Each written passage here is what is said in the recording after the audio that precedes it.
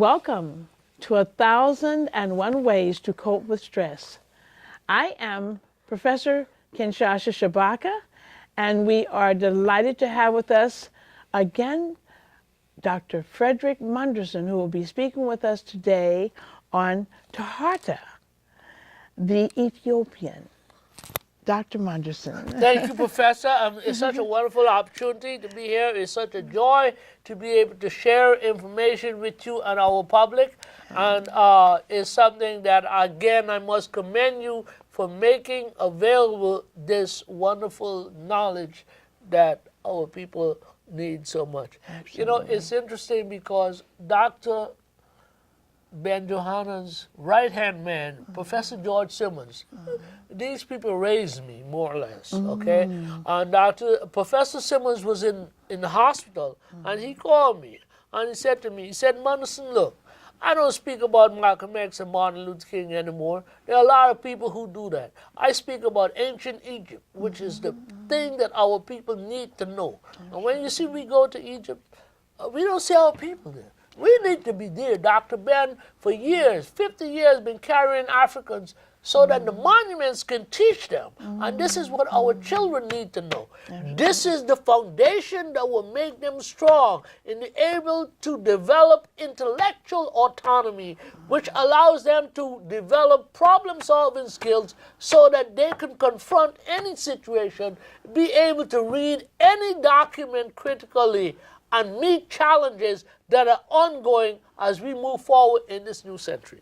Well, I want to just say to you that I am grateful for the opportunity to take my children on their first voyage to Egypt in 1990.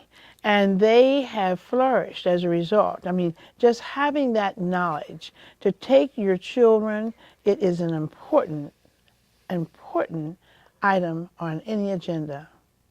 I want to thank you for bringing that up, because this summer I'm taking my two sons and my grandson, the four of us, these four Monderson men, will be in Egypt so that the monuments can teach us about, according to Pianke, what the ancestors have done. Okay, Wonderful. so today I want to talk about TAHARKA the Ethiopian. TAHARKA was an extraordinary pharaoh whose imprint in Egypt is unquestioned, but he's also a biblical figure.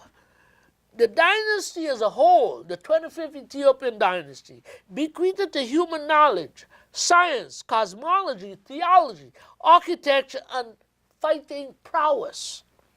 They were able to restore Egypt's glory, a renaissance, at a time when internal dissent and local treachery created anarchy, while foreign adversary masked for invasion. They were able to hold back the barbarians' trust for a time, but Egypt ultimately fell to the invader. And they were pushed back into Ethiopia beyond Egypt's southern border. It is interesting that in Egypt's demise, significant portions of its priestly class and their families and associates sought sanctuary in these lands to the south, Ethiopia. Still, despite claims of European Egyptians, we see no sign of these foreigners. I mean, Americans left Europe 200 years ago and more, and we see Europeans here. We see Germans, we see English, we see French. But if these people were so different from the Africans, and as the nation succumbed, they went south, it's the same people. And this is what Dr. Diop has argued. Dr. Theophilus Benga, Dr. John Clark, Dr. Van Sertman, Dr. Ben Johannan, Asa Hillard, Milana Karenga, Malefia Sante, all these people. Monderson, of course.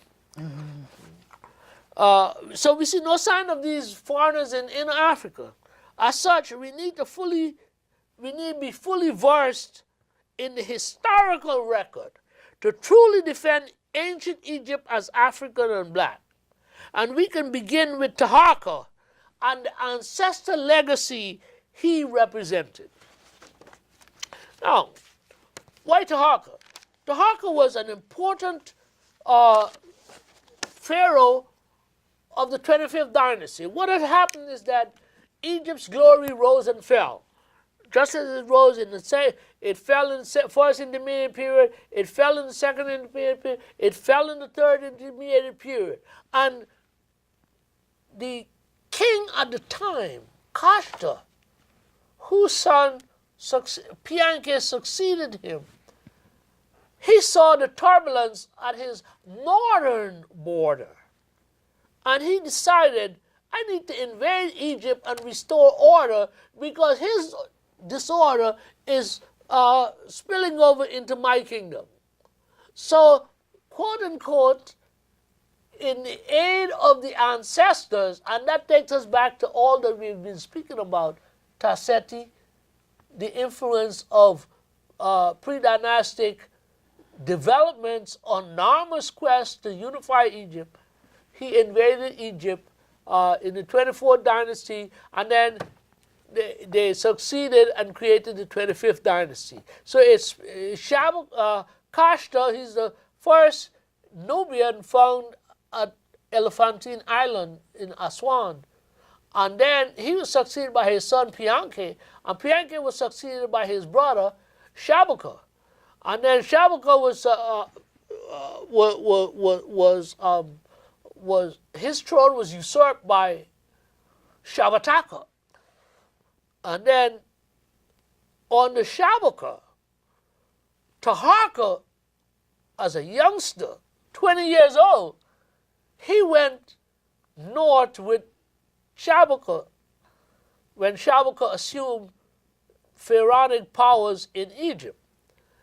He was courageous and brave, so that Shabuka puts this 20-year-old in charge of Egyptian and Ethiopian forces to defend Egypt against the Assyrians. Okay? Now his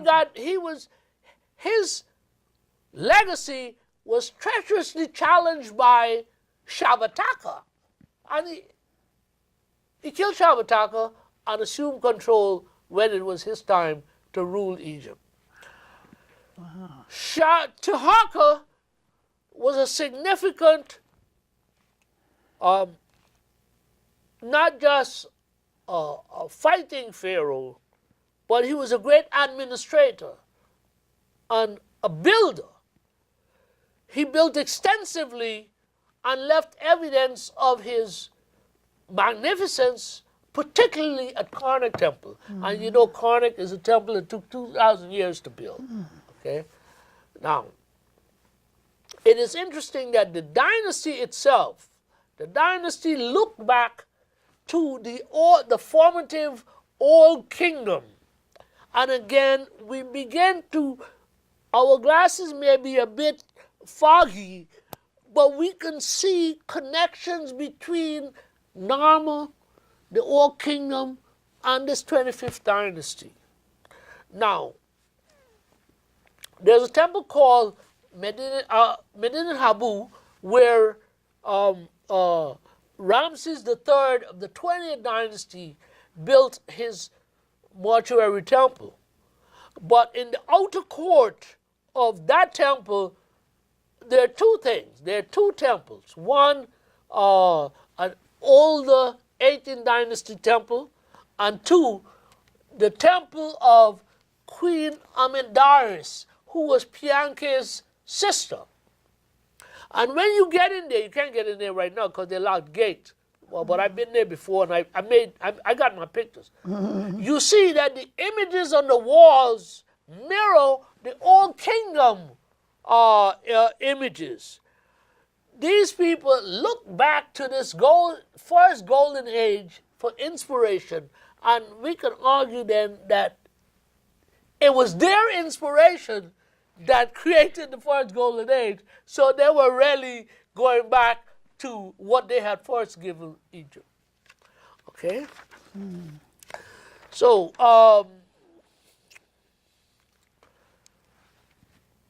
we had talked about the Shabuka stone and what it meant.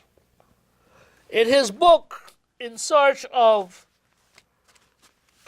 Pursuit of George M. James, Study of African Origins in Western Civilization, Dr. Ben Johanan, in seeking to explain the impact of George M. James's stolen legacy, one of the bases or the principal basis of Egyptian esoteric, philosophic, and religious knowledge, writes, first of all, in chapter 7, in a description of the curriculum of the Egyptian mysteries.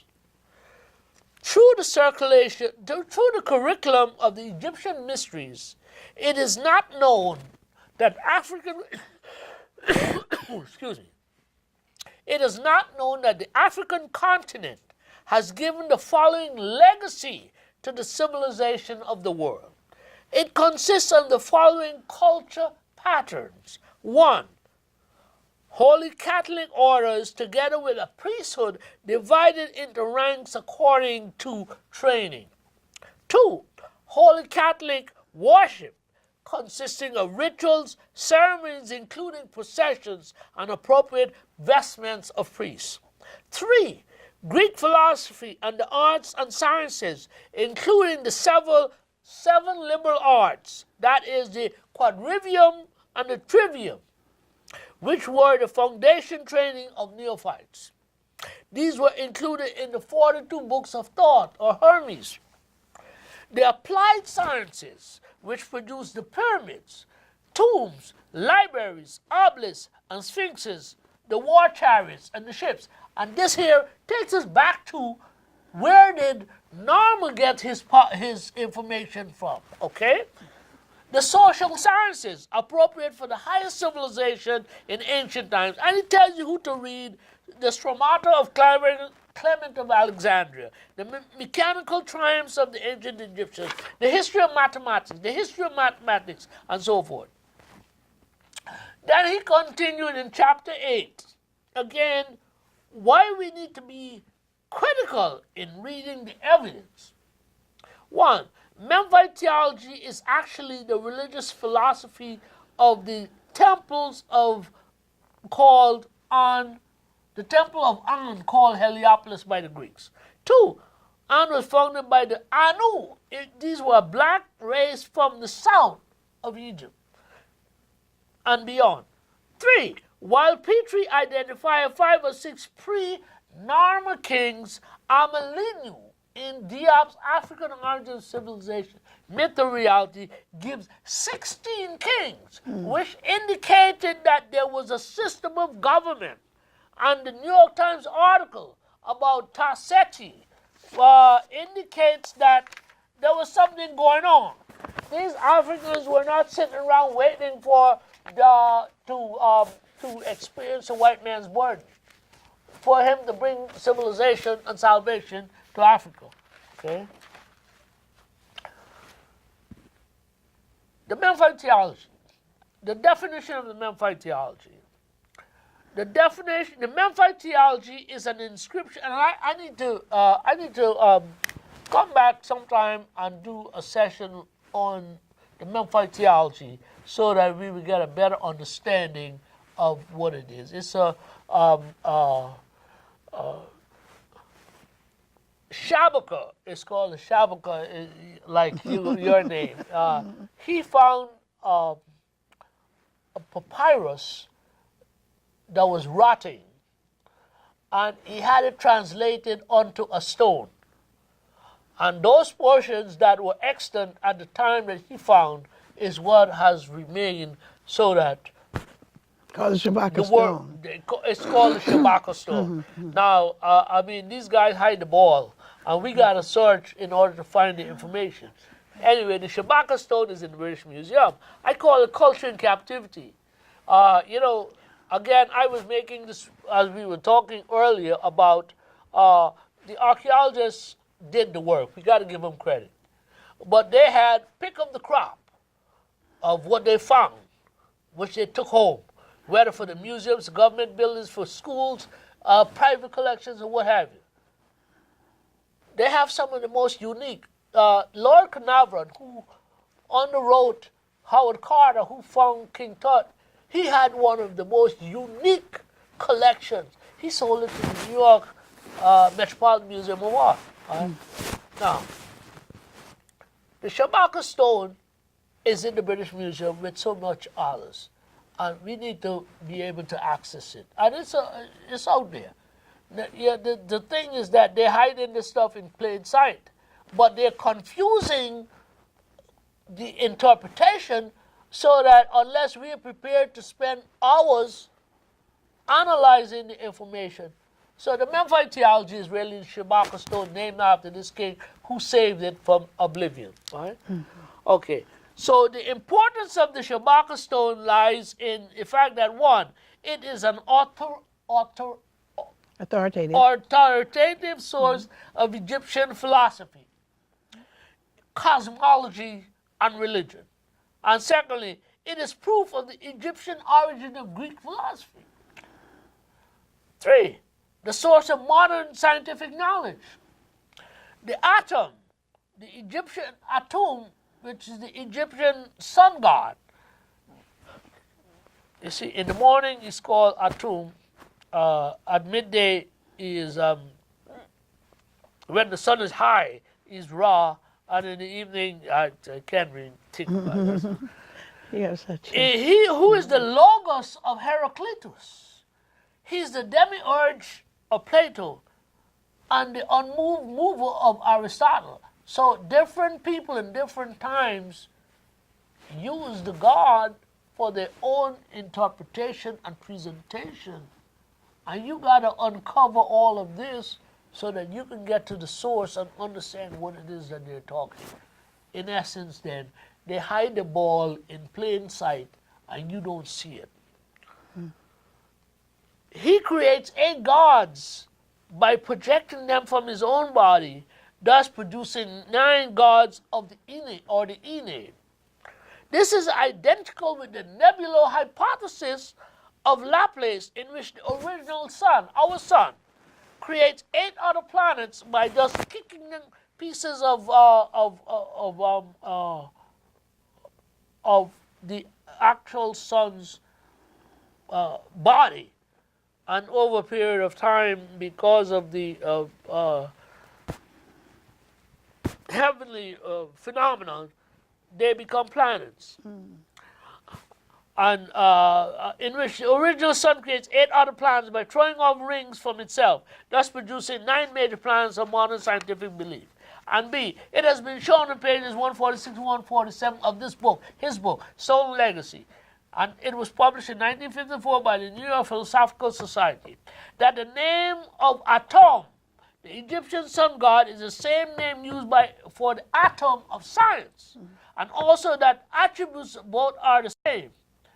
It tells you to read Frankfurt's Intellectual Adventure of Ancient Man and even Herodotus, and then again Frankfurt Kingship and the Gods. And it offers great possibilities for modern scientific research by stating that what science knows about A, the number of major planets, that's from the Memphite theology, how these major planets were created by the sun, and C, the attributes of the atom has been traced in the cosmology of the Memphite theology, which suggests that D, science knows only 1/5 of the secrets of creation. Wow. And therefore 4/5 of these secrets remain to be discovered. Consequently, the Memphite theology offers great possibilities of modern scientific research. They knew it. With all our accomplishments, we only know 1/5. In his book, African Philosophy, the Pharaonic Period, 2780 to 330 BC, Theophilo Benga, he was Dr. Diop's assistant.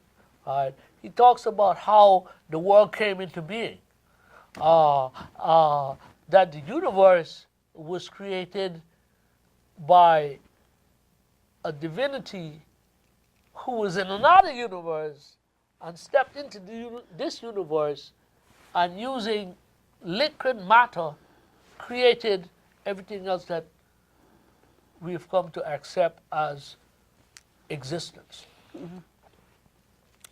However, we must understand before the Hyksos, the Assyrians, the Persians, the Greeks, and the Romans arrived, all Africans, particularly those south of Aswan, were considered Ethiopians. Either pursuing vendettas, agricultural bounty, or and other riches, even seeking knowledge in Egypt, these marauders invaded and conquered their benefactors and competitive adversaries. In true European arrogance and unable to speak the language and pronounce the names of these Africans, the conquerors began changing the names of people and places. Thus, the modern claims of Caucasian anteriority to Egyptian civilization, coming as late as it did, was based on pure speculation, such as for some unknown reason, these people left their homeland, and all they did was bring a superior mental attitude, which is simply arrogance, to say that I'm better than you are because of the color of my skin. In question to that assumption, we must consider, one, the Ishango bone markings of mathematics are 25,000 years. The Katanda artifacts were created at 70,000 BC. 41,000 BC was discovered an iron ore mine mining hematite. Hematite is a red type of substance that can be used for making paint, but there is no evidence that it was being used at that time. In 2013, the New York Times published an article indicating that there was discovered a 107,000-year-old paint factory, a paint pot with red paint and a brush that was discovered in South Africa, which indicates this now becomes the first evidence that the same hematite was transformed into paint to create the predominant red. And the argument that the Egyptians were red white men means that given that ancient man loved red because he believed that red was the color of the gods, everybody, whether they were in South America or in Asia or wherever, in Africa, who painted with red, painted himself red, he was Egyptian. It becomes ridiculous. That is same as Dr. Diop's assertion, right, that the European created the true Negro, which makes all other Negroes fake Negroes. So they're the true Negroes are fake Negroes. And that, as I had said earlier, if we accept, we come to the absurd conclusion that everybody in Africa was a European. Mary and Louis Leakey discovers the Xanthropus boisei, and subsequent to that, Africanus and what have you. It showed that the birthplace of the human species was in Africa, and he migrated to different regions, Europe, Asia, South America, and adapted to their environmental conditions, and therefore this determined the race and the physical features and so forth. But the evidence is there, and we have to be armed for the combat. Dr. Diop said that we must live and die in the battlefield of African historiographic reconstruction. I'll have to be there. Okay, so